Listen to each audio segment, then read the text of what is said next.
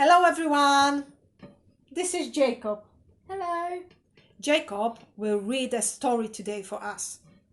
A story called Little Mouse and the Big Red Apple by A.H. Benjamin and Gwyneth Williamson. You ready, Jacob? Ready. Let's get starting. Mouse was feeling a bit peckish one day when all of a sudden he came across a big red juicy apple. Just what I fancy. He cried. I will take it home with me and have a feast. Mouse set off towards his little house, rolling the apple over and over. He couldn't wait to get his teeth into that big red juicy apple. Yum, yum, he thought, when all of a sudden, splash! The apple rolled into a pond. Oh no! Wailed Mouse. What I am going to do now? Not to worry, said Frog, popping his head out of the water. I will help you. Frog kicked the apple hard with his strong back legs. It flew out of the water and bump! Landed on the ground. There you go, said Frog. He licked his lips and stared at the apple.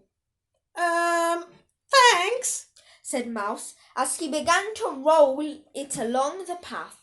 He did not want to share his apple with Frog. Mouse went on his way thinking of the lovely apple dinner he would have later. His mouth was already watering when the big red juicy apple fell into a thorn bush. Crash! Silly me, muttered Mouse, as he tried to rescue his dinner. Ouch, that hurt, he cried. Those prickles are nasty. I see you have a problem, said Tortoise, trundling up to the mouse. Leave it to me. Tortoise didn't have to worry about the sharp prickles. He had his shell to protect him. Without any trouble at all, Tortoise crept under the thorn bush and brought out the big red juicy apple. Problem solved, he said, stroking the apple longingly.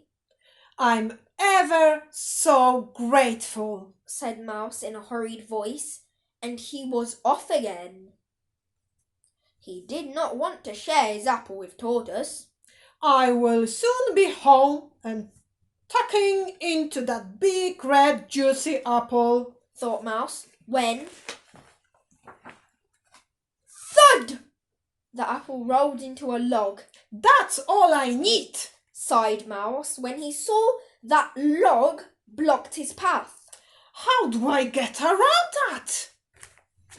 Easy, said Mole, popping out of a nearby hole. I'll dig you a tunnel.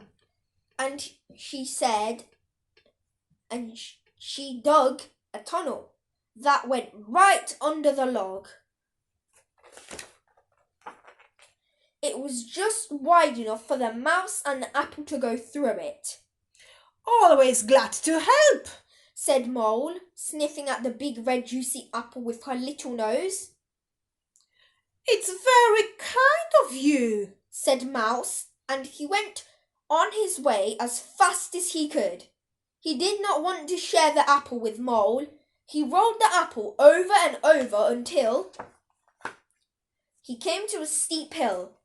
His house was at the very top. Push, push, push, heave, heave, went Mouse, grunting and groaning. Push, heave, heave, up, up, he went, until he reached the very top. At least, sighed Mouse, happily.